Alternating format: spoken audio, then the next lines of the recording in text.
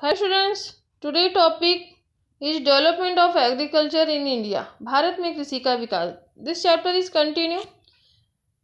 This is second video. ये second video है इस chapter का, जिसमें हमने पहले वीडियो में हमने आपको बताया था कि जो है भारत में कृषि का विकास कैसे हुआ और जमींदारी प्रथा का अंत कैसे हुआ. देन आफ्टर सिंचाई और बांध बनाने में कैसे कैसे मदद मिली और 1966 में कृषि नीति आई. फिर हरित क्रांति ग्रीन रेवोल्यूशन के बारे में हमने आपको बताया एंड हरित क्रांति के प्रमुख जो है घटक उसके बारे में चर्चा किए थे. अब डिस्कस करेंगे हम इस वीडियो में हरित क्रांति कहाँ फैली.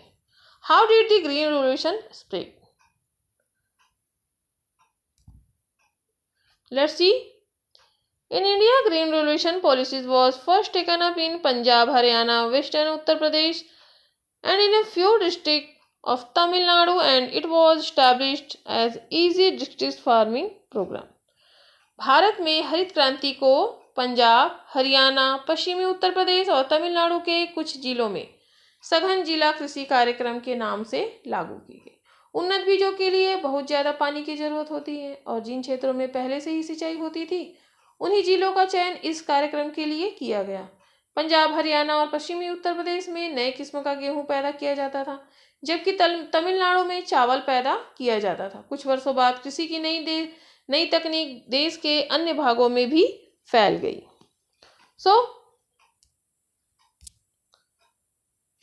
इन छत्तीसगढ़, अब हम छत्तीसगढ़ के बारे में देखते हैं कि in Chhattisgarh green revolution started in 1966 through district is a farming program. For this program, Raipur district of Chhattisgarh was chosen. Under this scheme, agriculture universities research center was established. Here, new varieties of advanced seed were made. For advanced seeds, manure, fertilizer, pesticides, government provides subsidies for irrigation, digging and installing pumps, and irrigational policies were given priority. Due to these reasons, Kodar Dam and Pandit Ravi Shankar Shukla Reservoir was constructed. Cooperative society was established so that loan to farm could be easily made available in easy installments. Due to these facilities, farmers for full-fledged themselves with research and they did not have to go to जमींदार and money lenders. Chhattisgarh में क्या हुआ. छत्तीसगढ़ में हरित क्रांति 1966 में जिला सघन कृषि कार्यक्रम के माध्यम से शुरू हुई और इसके लिए रायपुर जिले का चयन किया गया. इस योजना के अंतर्गत कृषि महाविद्यालय में अनुसंधान केंद्र की स्थापना की गई, जहां नई प्रजातियों के उन्नत बीज तैयार किए गए. उन्नत किस्म के बीज, खाद, कीटनाशक दवाओं के लिए सरकार द्वारा अनुदान की व्यवस्था की गई.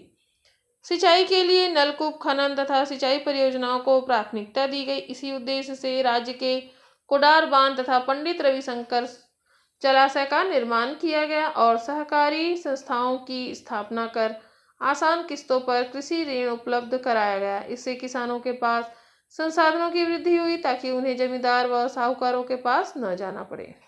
So student, is this clear कि जो है हरित क्रांति से क्या क्या हुआ. So student, do you no किसान अपने खेतों की सिंचाई किस प्रकार करते हैं. क्या उनके सभी खेतों में सिंचाई होती है. एंड आपने उन्नत बीज कब अपनाया होगा. आप उन्नत बीज के बारे में क्या जानते हैं. आप बीज, खाद और कीटनाशक कहाँ से प्राप्त करते हैं. जो किसानों के बारे में आप लोग ये डिस्कस कर सकते हैं. जो छोटे किसान खाद, बीज, सिंचाई आदि की व्यवस्था कैसे करते होंगे. एंड जो है देसी बीज और उन्नत बीज में डिफरेंसेस क्या है, आप लोग ये जो है फार्मर से आप लोग डिस्कस कर सकते हैं. अब देखते हैं हम हरित क्रांति का प्रभाव, इफेक्ट ऑफ ग्रीन रेवोल्यूशन. इसका प्रभाव क्या पड़ा. सबसे पहले क्या हुआ. ग्रीन रेवोल्यूशन से क्या हुआ. Increase in production. सबसे पहला क्या हुआ. इंक्रीज इन प्रोडक्शन, पैदावार में बढ़ोतरी. Due to advance seed and its widespread uses in large part of our country, there was a tremendous increase in crop productions, due to which become self-sufficient. Due to increase in production, there was no need to import this crop for other countries. There was a large godowns of food crops in the hands of government, and when there was shortage of food, it can be easily used. जो हरित क्रांति से कौन कौन से effect हुए, जैसे पैदावार में बढ़ोतरी हुई, जब देश के बड़े हिस्से में और नई फसलों में उन्नत बीज के फैलाव से फसल की पैदावार में महत्वपूर्ण बढ़ोतरी हुई थी। हम अनाज के मामले में स्वावलंबी हो गए। पैदावार बढ़ने से अब दूसरे देशों से अनाज मंगवाने की जरूरत भी नहीं होती थी और सरकार के पास अनाज का बहुत बड़ा भंडार हो गया है और अनाज की कमी होने पर उसका उपयोग किया जा सकता है। सन 1967 में सरकार के पास कुल 19 लाख का भंडार था। यहाँ पर आप लोग देख सकते हैं किस तरह से खेती की जाती है इस पिक्चर में। देन अब देखते हैं हरित क्रांति का सेकंड प्रभाव क्या हुआ।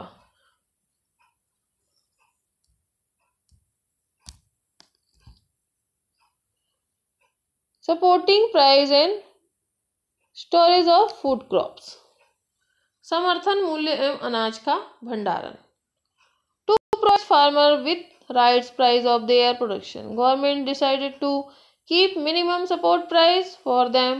Minimum support price is that in which they can sell their produce to the society.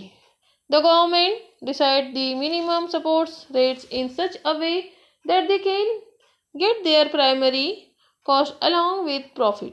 Due to this period price cost, farmers do not have to sell their crop at low cost. Government of India established food corporations for farmers so that they can easily store the food grains purchased from farmer. FCI stores grain and supplies to ration stores and other governmental policies like a mid-day meal in school and Jawahar Rozgar Yojana. तो क्या हुआ, किसानों को जब उनकी फसल का उचित मूल्य दिलाने के लिए सरकार ने न्यूनतम समर्थन मूल्य तय करने का फैसला कर लिया। न्यूनतम समर्थन मूल्य वह कीमत होती है जिस पर सरकार किसानों की उपज को खरीदती है। सरकार इस तरह समर्थन मूल्य तय करती है जिससे किसानों को उपज की लागत मिल सके और कुछ लाभ भी हो सके। समर्थन मूल्य के कारण किसान व्यापारियों को कम कीमत पर अनाज बेचने के लिए बाध्य नहीं होते। भारत सरकार ने किसानों से अनाज खरीदने और उनका भंडारण करने के लिए भारतीय खाद्य निगम का गठन किया है। यह अनाज का भंडार रखता है और राशन दुकानों और अन्य सरकारी योजनाओं जैसे स्कूलों में आप लोगों ने देखा होगा मिड डे मील है ना, मध्याह्न भोजन, उचित मूल्य की दुकान को अनाज देता है। सो स्टूडेंट्स, उन्नत बीज की खास बात क्या है, क्या आप बता सकते हैं? इन बीजों को उगाने के लिए किन किन चीजों की जरूरत होती होगी? नए तरीके से खेती करने के लिए किसानों को हर साल ज्यादा पैसे की जरूरत होती है, क्यों, वाई? एंड हरित क्रांति की सफलता के लिए सरकार ने क्या क्या प्रयास किए? सो स्टूडेंट्स, आप लोग यहाँ पर देख सकते हैं कि सरकार को क्या करना चाहिए। What should government do?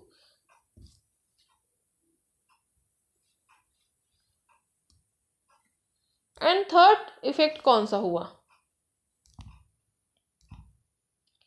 Third है effect of rise in production on income farmer. यहाँ पर क्या हुआ कि जो कृषि उत्पादन में वृद्धि का किसानों की आमदनी पर प्रभाव पड़ा। जैसे जैसे अनाज की पैदावार बढ़ी, किसानों को सरकार द्वारा निर्धारित न्यूनतम समर्थन मूल्य के कारण अनाज की बेहतर कीमत मिलने लगी और उनकी आमदनी बढ़ने लगी। कई बड़े किसान खेती के काम के लिए ट्रैक्टर जैसे मशीन खरीदने लगे। इसके लिए विभिन्न बैंकों से उन्होंने कर्ज भी ले लिया और पानी, बिजली, खाद, बीज और कीटनाशक दवाइयों के प्रयोग से अब किसानों द्वारा एक से अधिक फसल ली जाने लगी। किसान अब परंपरागत अनाजों की खेती से हटकर व्यावसायिक फसलों का भी उत्पादन करने लगे। इनमें गन्ना, कपास, मूंगफली, साग सब्जियां, फल फूल, मशरूम तथा औषधि की खेती में निरंतर वृद्धि होने लगी। छोटे किसानों को बड़े किसानों की तुलना में कम फायदा हुआ। पानी, बिजली, बीज, खाद और कीटनाशक की लागत उनकी कमाई की तुलना में अधिक थी। अतः छोटे किसानों का कर्जदार होना साधारण बात हो गई। जीने के लिए छोटे किसानों को दूसरे के खेतों में मजदूरों के रूप में काम करना पड़ता था। सो स्टूडेंट्स, आजकल भारत के ज़्यादातर गांवों में छोटे किसान और खेतीहर मजदूर के परिवारों के सामने यह समस्या है कि उन्हें साल भर के लिए काम नहीं मिल पाता। एंड डू यू नो, आप बता सकते हैं छोटे और बड़े किसानों पर खेती के नए तरीकों का जो असर हुआ, क्या आप उनकी तुलना कर सकते हैं? एंड फोर्थ, अब देखते हैं पर्यावरण पर असर, इफेक्ट ऑन इन्वायरमेंट। यहाँ पर आप लोग देख सकते हैं इन्वायरमेंट मीन्स पर्यावरण पर क्या इसका इफेक्ट हुआ। Due to green revolution many ecological imbalance occurred in the environment. Green revolution was started in Punjab, Haryana and Uttar Pradesh. We will study problem related to environment in this region. In this state, many farmers started doing advanced farming like rice and wheat. For this, lot of irrigation facilities was required. पर्यावरण पर कैसे असर हुआ कि हरित क्रांति से पर्यावरण में कई तरह के असंतुलन पैदा हो गए। हरित क्रांति पहले पंजाब, हरियाणा और उत्तर प्रदेश के कुछ हिस्सों में लागू हुई थी। इन राज्यों में बहुत से किसान धान और गेहूं की उन्नत खेती करने लगे, जिसके लिए बहुत सिंचाई की जरूरत होती थी। इनका दुष्प्रभाव स्वास्थ्य, जलवायु, जलीय जीव जंतु पर भी देखने को मिला। यहाँ पर अब हम लोग दो ऐसी समस्याओं को देख सकते हैं पंजाब और हरियाणा में, खासकर problem of water scarcity, problem of water scarcity means पानी की समस्या। आप लोग तो जानते हैं कि जो है पानी की समस्या किस प्रकार होती है और कौन कौन से जो है वाटर सोर्स होते हैं। फर्स्ट यहाँ पर देखते हैं problem of scarcity. The main source of irrigation was tube well in which ground water was used. As the number of tube wells increased every year, the ground water level decreased. Underground water can be maintained only if the used water is again stored. सिंचाई का मुख्य स्रोत क्या है? नलकूप है यहाँ पर, जिसमें भूजल का उपयोग किया जाता है। जैसे जैसे कई सालों में नलकूपों की संख्या बढ़ी, वैसे वैसे भूजल का जो है जल स्तर क्या हो गया? तेजी से गिरा है। भूजल के स्तर तब तक वैसा ही बना रह सकता है जब उपयोग किए गए भूजल की मात्रा उसके पुनर्भरण के बराबर होती। भूजल का पुनर्भरण एक प्राकृतिक प्रक्रिया है जो हर साल बारिश, नहरों, नालों और नदियों से होता है। इस विषय पर आपने जो है क्लास 7th में विस्तार से अध्ययन किया होगा। इन स्रोतों से पानी मिट्टी के कई किस्म की परतों से होकर धीरे धीरे रिसता है और भूजल के रूप में इकट्ठा होता रहता है। समस्या तब पैदा होती जब नलकूपों आदि के द्वारा उपयोग किए जाने वाले भूजल का उपयोग पुनर्भरण से ज़्यादा होने लगता है। दूसरे शब्दों में कह सकते हैं कि जितना पानी भूजल के रूप में संग्रह होता है उससे ज़्यादा पानी का उपयोग होता है। इससे भूजल का स्तर जो है वाटर लेवल उस क्षेत्र में नीचे चला जाता है। भूजल स्तर के नीचे जाने का मतलब यह है कि भविष्य में उस क्षेत्र में पानी की समस्या उत्पन्न हो जाएगी।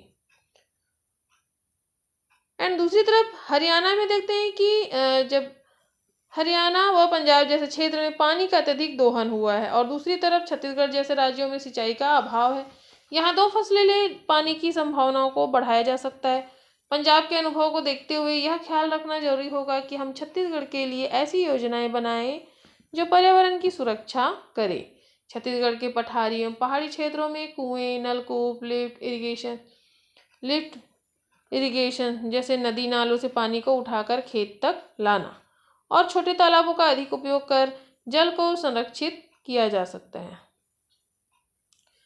सो students, we discuss do you know, दो फसलें ले पाने से क्या क्या लाभ हो सकते हैं, आप बता सकते हैं। एंड जल संरक्षण की आवश्यकता हमें क्यों होती है, वाटर कंजर्वेशन क्यों करना चाहिए। एंड अब देखते हैं मिट्टी के उपजाऊपन में कैसे कमी आ जाती है। Loss in soil fertiliser, heavy use of fertilizers on soil makes the microorganisms die, and when some of these nutrient helpful substances die, it destroyed the fertility of soil due to scientific improves and unbalance of chemical compounds in soil. Fertility of soil was destroyed.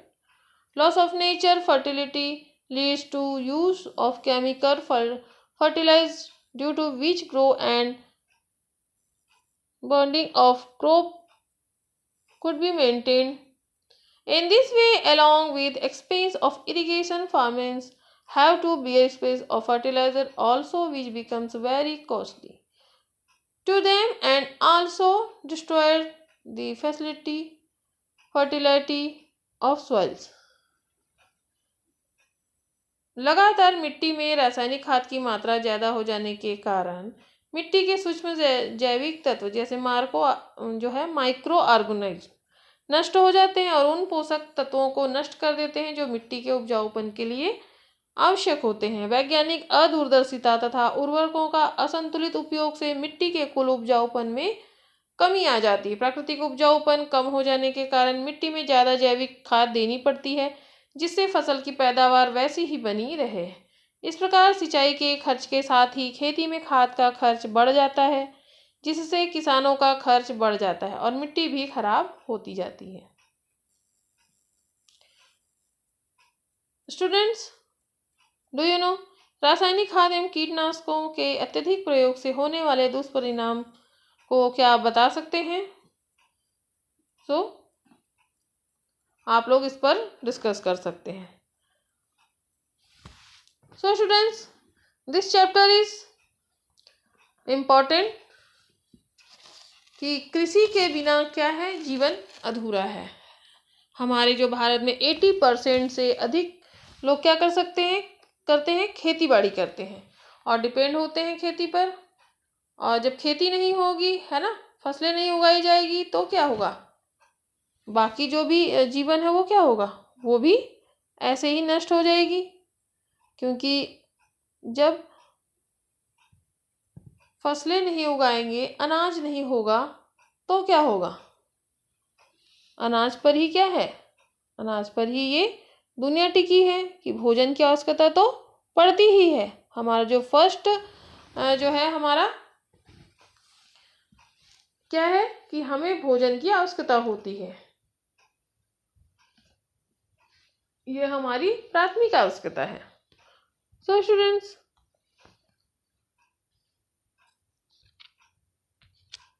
this chapter is revised. Okay, take care.